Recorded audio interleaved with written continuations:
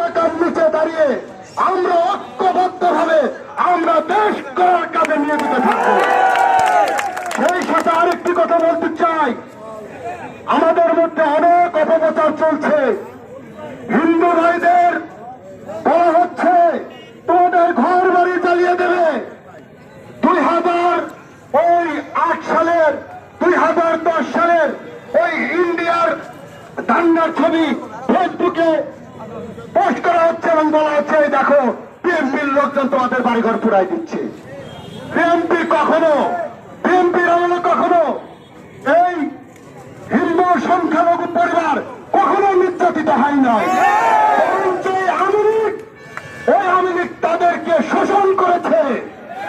কিন্তু এই অপপ্রচার থেকে আপনারা বিরত থাকবেন এবং সবাই সজাগ থাকবেন।